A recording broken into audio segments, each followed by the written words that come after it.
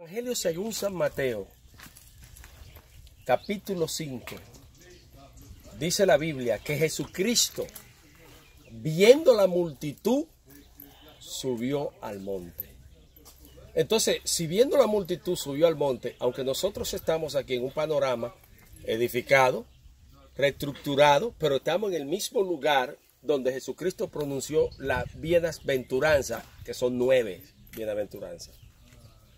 Ahora bien, se cree que ahí está el lago y que las personas estaban a la orilla del lago.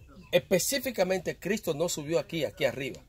Se cree que él estuvo en una de esas laderas allá abajo, quizá donde está el maizal, quizá allí donde está el arbusto, porque la gente caminaba siempre alrededor de los lagos.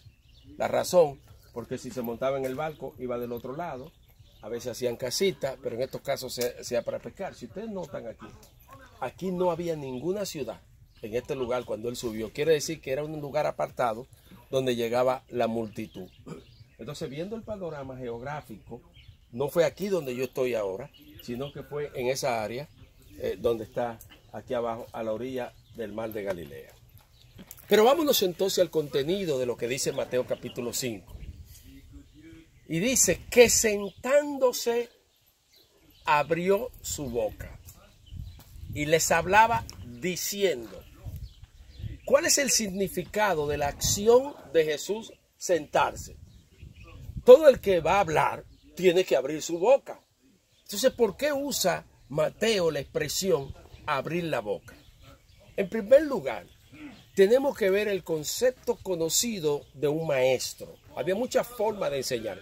Jesucristo a veces enseñaba sentado, otras veces enseñaba parado, otras veces enseñaba caminando. En este caso, Jesucristo se sienta. Esa era una costumbre que usaban los griegos para dar ex cátedra. Cuando dice sentándose, abrió su boca, lo que quiere decir, pongan atención a lo que voy a decir. Porque un maestro podía enseñar caminando, mira, a esto, a aquello, a esto, a lo otro, y caminando. Pero cuando se sienta lo que dice, un momento, ni siquiera quiero caminar, ni siquiera quiero desconcentrarme. Quiero que estén atentos a lo que voy a decir. Cuando usa Mateo el término abriendo su boca, el término que usa de abrir la boca, lo que implica es lo siguiente. Cuando una persona va a hablar tiene que abrir la boca, pero el término era que lo que iba a decir era de lo profundo de su corazón. O sea, trata de enfocar a sus oyentes a la atención de las bienaventuranzas. La mayoría de exégetas o teólogos dicen que las personas que aplican lo que dice la bienaventuranza no necesitan, oiga lo que dice, nada más de la Biblia, porque en la bienaventuranza contiene todo lo que tiene que ver para la salvación del hombre. El que aplica lo que está en la bienaventuranza no necesita saber de Génesis, Éxodo, Levítico, Número, Deuteronomio. No necesita saber de nada, nada más que vivir lo que está en la bienaventuranza. Luego cuando él empieza diciendo, la primera dice, bienaventurados los pobres en espíritu, porque de ellos es el reino de los cielos. Ahora note algo. La palabra que usa Jesucristo, o que traduce en este caso Pedro, porque Mateo, porque el Nuevo Testamento fue escrito en griego. Jesucristo pronunció la palabra en arameo, pero las escrituras se hizo en griego. Y para hacerse la escritura en griego, tiene que usar el matiz del lenguaje en el cual se está escribiendo. La gramática, los significados y todo lo que tiene que ver con el idioma. Entonces dice lo siguiente aquí. Bienaventurado. La palabra bienaventurado aparece por primera vez en el Salmo 1. Bienaventurado el varón que no anduvo en consejo de malo ni en silla de escarnecedores se ha sentado. La palabra que aparece allí es asheré en hebreo, que significa dichoso 3 veces. La palabra que se traduce como bienaventurado, dichoso, en el Nuevo Testamento es Macaria. Ahora miren lo interesante de la palabra Macaria en griego. La palabra Macaria significa feliz o dichoso. Esa palabra tiene su semántica. La semántica es el origen de las palabras. Se origina cuando los judíos o los griegos o los que invadieron esto, que fueron griegos, judíos, romanos, iban a la isla de Marta. Era una isla cálida y era el lugar donde se iba a vacacionar. Y se decía, dichoso o macarie, el hombre o la mujer que podían tener los recursos para ir a la isla de Marta. Entonces, por esa razón es que aparece esta palabra como dichoso, como feliz, y es la palabra que toma Pedro, o sea, dichoso, bienaventurado el pobre. Entonces aquí hay otro problema en el primer verso. Cuando dice bienaventurado el pobre, usa la palabra neuma, que significa espíritu. No es bienaventurado el pobre en economía, no es en economía. Eso nada tiene que ver con dinero. Bienaventurado el pobre en espíritu. Está hablando ¿de quién? Del pobre en espíritu. ¿A qué se refiere el pobre en espíritu? Es que no voy a tener espíritu, que voy a necesitar de espíritu, que me hace falta espíritu. No, está hablando del hombre humilde, sencillo, simple, que no es altivo, que no tiene un espíritu altivo. Por lo tanto, el pobre en espíritu es el hombre que no se revela con Dios, que no se enoja con Dios, que acepta lo que venga del cielo, sea malo o bueno, aunque todo es bueno, pero para nosotros hay cosas que uno la ve como mala. Pierde uno el trabajo y uno la ve como malo y se revela con Dios. Pierde la novia y uno lo ve como malo. Pierde la mujer, pierde los hijos. La gente no lo quiere. Y todo eso, allá abajo, muy bien. Todo eso, entonces, todo eso, entonces produce verdaderamente la simplicidad, la humildad, la sencillez. Entonces los humildes heredarán el reino de los cielos. Al altivo Dios lo mira de lejos. Pero hay otra palabra interesante. En griego hay dos palabras que identifican pobre. Una es penes y la otra es adión, tohoi. Entonces, fíjese hasta dónde llega la expresión de esta palabra y lo profunda que es. Si hay dos palabras griegas que identifican al pobre, una es, nosotros los que estamos aquí, no somos ricos, pero tampoco somos pobres paupérrimos. Es decir, podemos comer carne, podemos tener un carro, podemos tener un techo para vivir. Entonces nosotros somos pobres penés. El pobre tohoi es el pobre que no tiene para un carro, que no tiene para comer una carne, que no tiene para pagar un pasaje, que está homeless, que no tiene nada. De las dos palabras que se usan en griego, que aparecen aquí, aparece la palabra tohoi. Quiere decir, bienaventurado el pobre en espíritu, pero es el pobre que no tiene nada. Quiere decir que no hay nada en mi corazón de alteración, de orgullo y de rebeldía para Dios.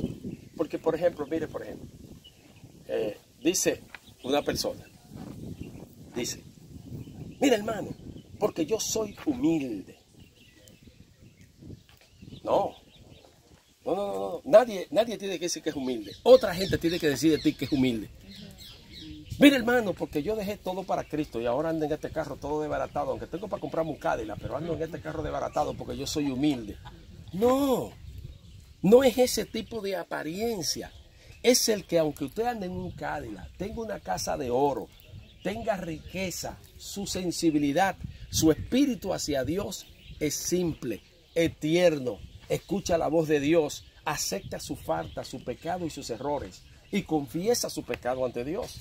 Ese es el bienaventurado, ese es el que verá a Dios. El que no tiene esas cualidades y esas actitudes jamás podrá ver a Dios en esa bienaventuranza. No puedo seguir con las 8 más porque no acabaríamos en todo el programa que tenemos hoy. Pero cuando nosotros empezamos a ver cada una de esas bienaventuradas y la vemos cómo se escribió en el original griego, entonces empezamos a valorar verdaderamente las palabras que Jesús dijo en este lugar. Son muy profundas, son muy amplias. No fue una sencillez de decir Jesucristo no iba a los sitios y hablaba una palabra como al azar. Vamos sentando aquí, vamos a hablar al azar. No, él sabía por qué escoge este lugar, el monte de la bienaventuranza. El pueblo estaba allá. ¿Por qué lo hizo de la altura? Por el viento, para que la palabra pueda correr y llegar a otros lugares. No había altoparlante y era una multitud. Si se sentaba y estaba abajo y todos estaban hablando, hay gente que decía, no oigo. Pero si se sube a la ladera de la montaña o en la montaña y habla, la brisa entonces lleva la voz del maestro para que todos puedan escuchar las palabras que Jesús le dijo a cada uno de ellos. 9 bienaventuranzas. En la iglesia que nosotros vemos detrás de nosotros, de la orden de los franciscanos, ellos pusieron de que las 8 más importantes. ¿Cómo que las 8 más importantes? Son 9 bienaventuranzas y las 9 bienaventuranzas todas son importantes. O sea, Cristo no pudo dejar ninguna afuera. Ninguna afuera. No se puede. Todas aplican los que lloran, bienaventurados los que son perseguidos, bienaventurados los hambrientos, bienaventurados. Todas estas 9 bienaventuranzas implican en nuestra vida práctica algo en lo cual nosotros tenemos que aprender, vivirla y tenerla. Pero cuando la vemos en griego, eso es profundo. Es profundo. Por ejemplo, cuando usa la bienaventurados los que lloran, mentonte en griego. ¿Tú sabes qué es el significado de ese dolor? Como el dolor de la muerte de un hijo. Oiga lo que le voy a decir. Gracias a Dios todavía yo no he sentido la muerte de un hijo. La muerte de un hijo es lo más doloroso que puede existir. Por eso es que cuando la Biblia dice que Dios pone el ejemplo que dio a su hijo a la muerte por nosotros, su hijo, usted da su vida por sus hijos. No que sus hijos den la vida por usted.